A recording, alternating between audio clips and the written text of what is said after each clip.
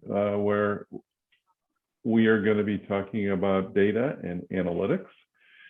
And I am Vince Kellen. I'm the Chief Information Officer here at UC San Diego. Been here for the last 5 years, been in higher ed CIO land since about 2003, and been working very actively in the area of student data and analytics for quite some time.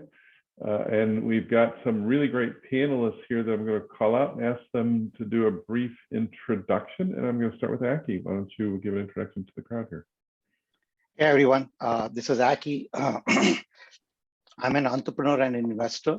I have a magic EdTech company that I'm vested in, this is very exciting to be here with the other panelists over here. Thank you very much. Thank you, Acky. And Anant.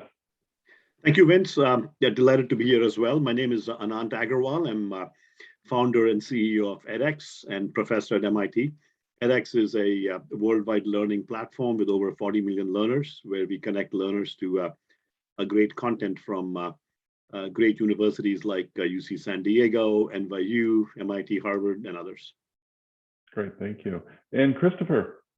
I'm Chris Davis. I'm the Vice President for Academic Services and Quality at University of Maryland Global Campus.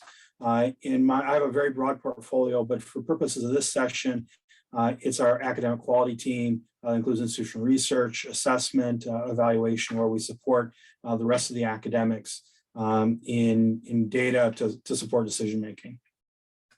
Great, thank you. Well, to get us going, I'm gonna, and this session will be very much me lobbing out questions and the panelists fielding answers, and at some point we'll go to the crowd for questions as well.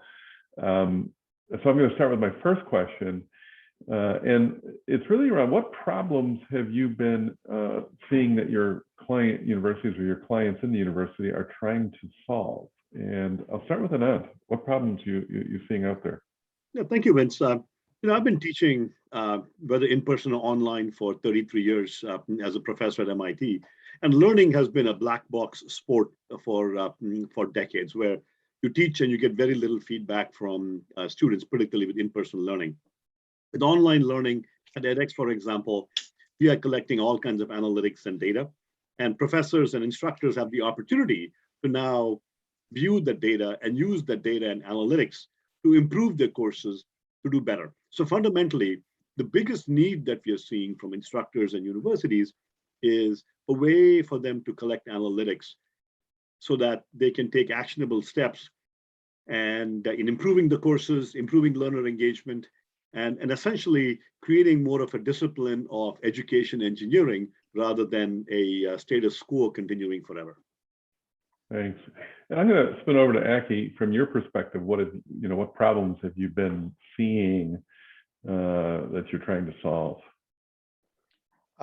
Just to follow up on Anand's point, I think this is, last 18 months particularly has seen an increase in the adoptions of digital platforms, forced into it sort of, right? And which has given us an opportunity to see a lot more data coming up. So the problem that we were trying to work on and solving was always of adoptions. We love to make gadgets, we love to sell gadgets to the colleges and institutions, okay, but the adoptions is always the question mark. And I think this 18 months has helped that adoption process. But that still continues to be a trajectory that we have to improve on. The other part of that, the second side to that is that how to help the faculty to consume the insights that come out of the learning analytics that the platforms spew out now, right? And therefore, what Anand said, how do you apply that into making the curriculum more personalized, and serve the students and the faculty members as well to make their, programs a little more effective and better. Thanks. And Chris, inside the four walls of the university, obviously you've been seeing problems, but can you give some more specifics about the types of problems you've been solving or trying to solve?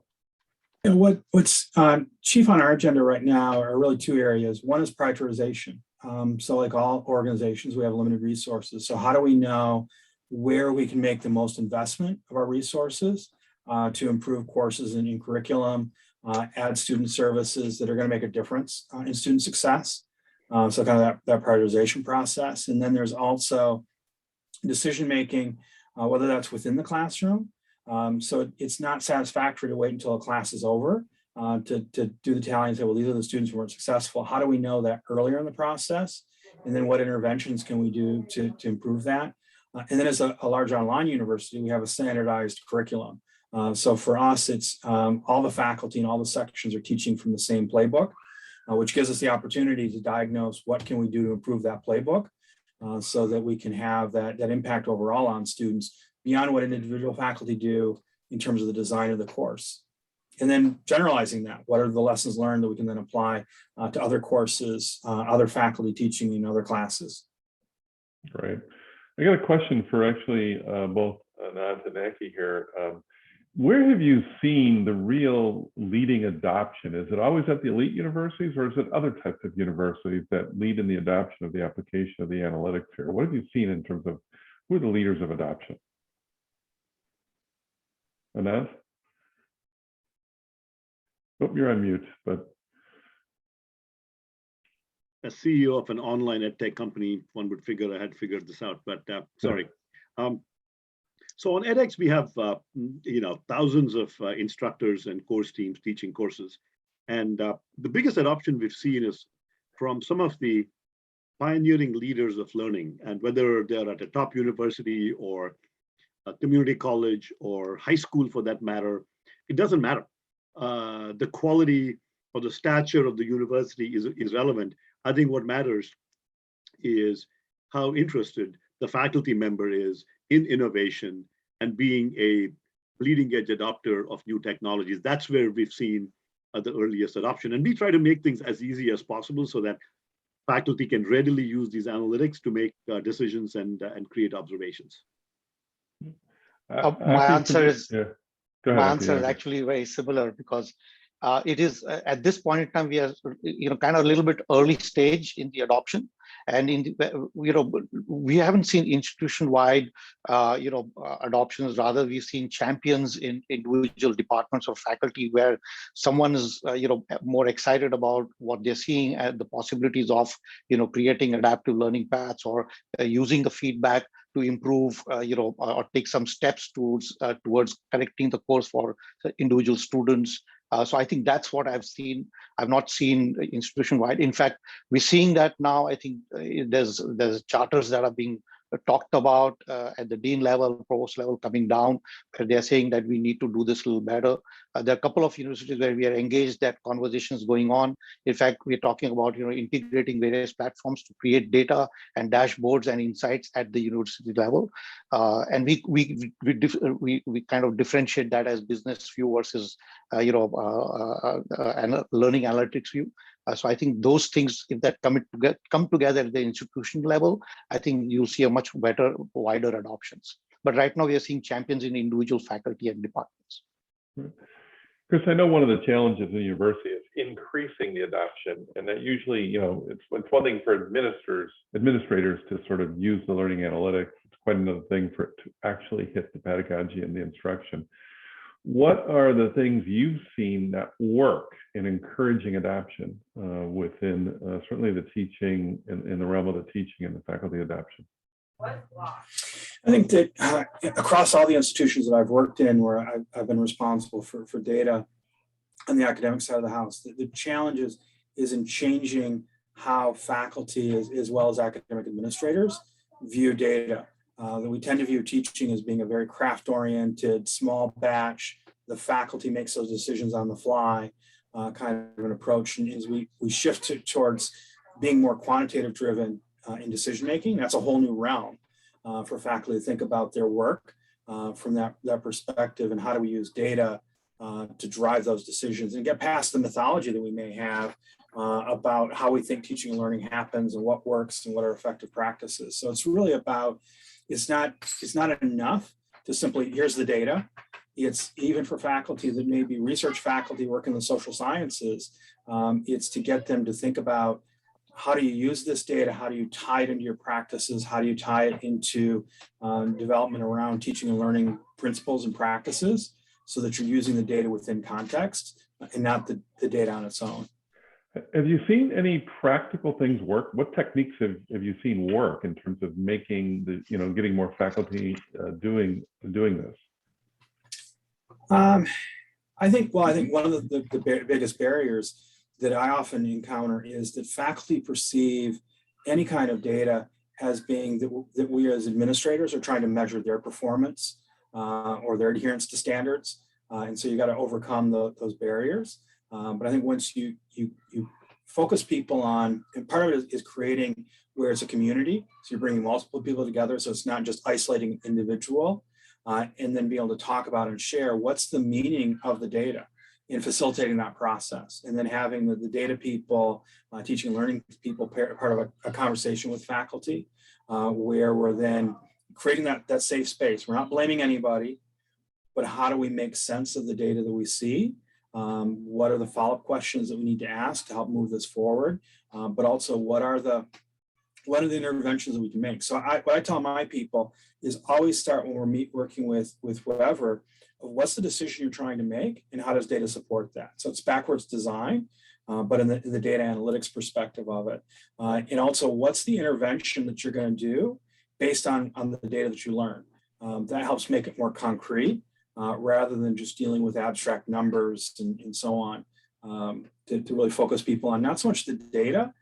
That's only helpful to tell us what it is we should be doing, but let's focus on the interventions.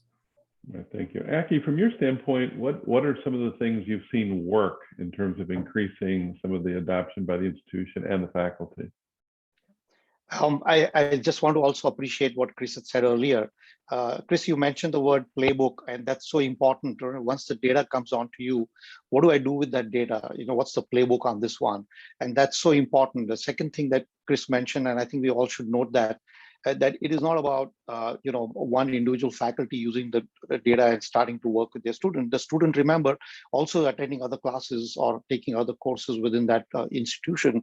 And so it is important to have a common language, a culture of measurement across the institution, which would make this actionable playbooks effective, so to say, because now the student is experiencing similar conversation because the culture of measurement is coming across all faculties, and this student who's attending different programs or classes in school is able to then see that this is how I have the opportunity to interact with the faculty, and I can expect this working with the faculty. I think that's important. Those two things. One another thing just to add, and Vince, just to add to this was the availability of time with the faculty to really mull about this and bring this change in the behavior. I think it's very important. We've seen this as one of the big things. So one of the things we try to do, we love to make gadgets. We love to make 50 different types of report formats. We try to create self-service report formats.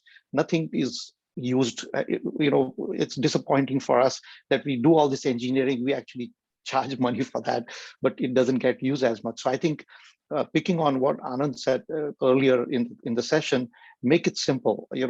And simple it is. It's easier for because time is a big factor. You're doing change management at this point in time with the faculty, getting them to adopt the whole culture of measurement. Then you want to make it very simple. Them not being able to ask, but be able to provide to them. That's what we would focus on. Yeah, and then you've probably had a great seat to see all sorts of interesting lead faculty come in and do some pretty interesting things. But the question I want to ask you is more of where have you seen institutions go beyond just the lead faculty doing interesting things, and what seems to have worked when you've seen that? Generally, what I've found is that ultimately, and this relates to the previous question as well, ultimately, two things are important. One is it needs to be really, really easy to do. Faculty and course teams have very little time. And so unless it's like falling off a log, they won't do it. And second is that you have to answer the question, what's in it for me? In other words, what does the faculty get out of it in order for them to be able to put in the time and energy to do it? So to your question, Vince, about where have we seen the biggest uptake and sort of activity? We found that a lot of the interest here comes less from faculty, unfortunately, but comes from learning researchers within universities. So there are several faculty and within universities that are focused on learning science and learning research, and many universities have divisions of online learning and learning research. So we are seeing a lot more of it online divisions. And University of Maryland Global Campus is just a great example where a lot of innovations are happening in the online space. And the second place we are seeing is places where learning designers want to improve courses. One of the things that we found is used quite a bit is A/B testing. Now, when Amazon, for example, launches a new website so they can sell you more toothpaste, they do A/B testing. They try two web pages, the old page and the new page. They do A/B testing, and depending on which one produces more revenue, they launch the new page. That's how all of the websites do A/B testing.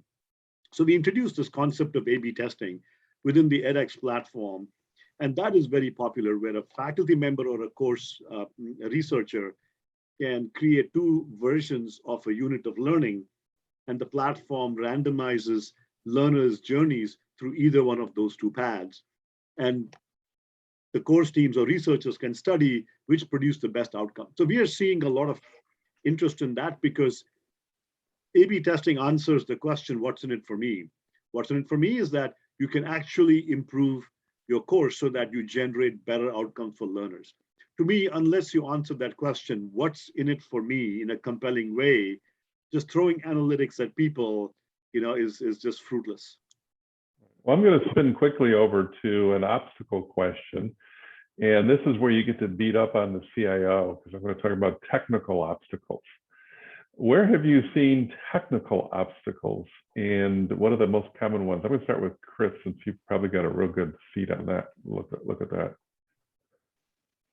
I think the biggest challenge and barrier that we've had is getting data out of the learning management system that aligns with what we need to do to be able to answer those decisions and make interventions. Because it's a classic, either there's a lot of data and it's overwhelming, and so then it's not simple, as Anant talked about, and the importance of simplicity, or it becomes simple and too aggregated to have any meaning. So finding that Goldilocks level of data and how to present it, and especially in learning, if it's real time as the course is going on, how do you balance all those things together, deliver data and information that's meaningful and impactful for faculty is a challenge. Yeah, and I'm going to spin the question here a little bit differently. I'm going to ask, not what are the current technical challenges, what do you think in the future are going to be new technical challenges that we haven't yet run into, or we're just starting to run into? Oh, I love this. I love this question, Vince. I very exciting to think of the possibilities here. Traditionally we've made data available as, here is a boatload of data. Here, it's like you're not prepared a meal, but you're giving person bushels of wheat and bags of steak, raw meat, and say, look, go, here it is, go solve your hunger problem. But someone would much prefer, a nice meal laid out beautifully on a platter. And so I think we need to think of solutions approaches to learning so that there are no technical difficulties for people to use the data. So to me, some of the most interesting challenges in the future is, what do these analytics solutions look like? What do these tools look like, where let's not give people data and ask them to do what they want, but let's give them tools where they can ask questions. Hey, what if sorts of questions, and let's give them methods where they can get create clean observations of data. We can connect them to notifications and systems where they can take real-time actions. How do we build these layering of tools that are easy to use so that people are not dealing with ones and zeros, but dealing with tools that allow them to answer questions or take actionable steps? And to me, some of the most exciting things in the future is connecting these event streams to learning engines using machine learning and other technologies, to notification streams, where this cycle of observation, analysis, and actuation, to me, would create real-time intervention streams that I think can radically change learning outcomes. And personalized learning is one thing we might get to. But we can see many others where, how do we, some researchers at Berkeley and MIT have done a lot of good work on how do we reduce the dropout rate in MOOCs. And there are ways in which you can look at event streams and create interventions like even a simple email reminder to a learner saying, hey, have you done your homework? Something as simple as that could reduce the dropout rate in courses and MOOCs. So to me, creating this full cycle of solutions to create better outcomes, to me, that's the holy grail here. Yeah, I'm going to, now that you've mentioned a topic here that comes up, I'm going to give Acky first dibs on this question. There's probably no other concept in the computer science world that has had more ups and downs over the decades than artificial intelligence. We've seen it hype, get pulled back down, hyped again, pulled back down, et cetera, et cetera. Where do you think that's going to go here in terms of learning and artificial intelligence? I'm going to start with Acky. So first of all, as an EdTech person, and who loves technology and loves building platforms, we'll always try to push the boundaries. We'll always try to bring newest gadgets and tools into the platform. I think where AI would be applied most is in the intervention space, and I'm very excited about that area. And within that, as we call it, there's basic. In our analytics world, we say descriptive analytics, we say predictive analytics, and we say prescriptive analysis. So if you think about descriptive analytics, is very basic, dashboard of data. Predictive is you try to use that basic dashboard of data and then say what potential is likely to happen next. So you find red flags in students' performance, so to say, and then prescriptive would be blending what Chris talked about, the playbook with actions. So whatever is coming out of the insights, you kind of attach the playbook to it and say this is prescriptive analytics. So this is where I think from an intervention perspective, faculty-student interaction, this is where I think it will go. But it's going to take a lot of learning to happen at the machine level so that it becomes real and it becomes meaningful to the faculty. It should not it should be practical, so to say. So as I said earlier, would always like to, build something ahead of time, but there's a lot more to happen on the human front, on the culture front to be, to make it really practical, and adaptable by the institutions. So we shouldn't get ahead of ourselves. So I understand the winter in the AI hype, so to say, because I think people are saying that, whatever you've given me is not really practical for me, it's not working for me. So I think we have to give it time because it needs a lot more data to become so-called prescriptive analytics. And that's very exciting space in my opinion.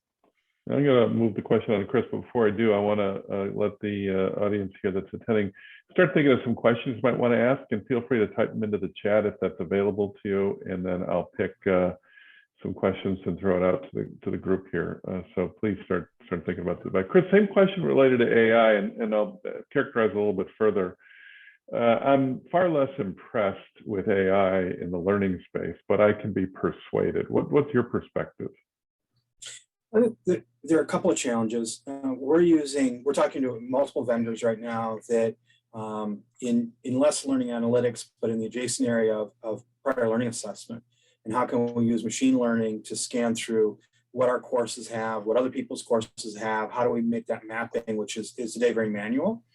And one of my concerns is that the data sets aren't that large. When we look at the examples of machine learning, I think most of the books talk about airline fares as being an early application of machine learning to identify when's the best time to buy an airplane ticket. Well, we don't have those kinds of big data sets a lot of times when we're talking about learning. And so how do we get the data to build the models that are going to be helpful, I think is a challenge related to that. But I also think fast forward, we run the risk, and there's been some talk of this in the general world as far as the AI and machine learning is do we know what the model is? So if a model is telling us that this student needs an intervention, or this is the right program a student should go into based on we don't know what, we have an ethical issue then about what's the basis for that? And if we don't know what the basis for those recommendations are, then that can be problematic. Thanks. And that same question, AI, and I'm going to ask you another question. Is it going to be big or is it going to be made up of lots of little AI?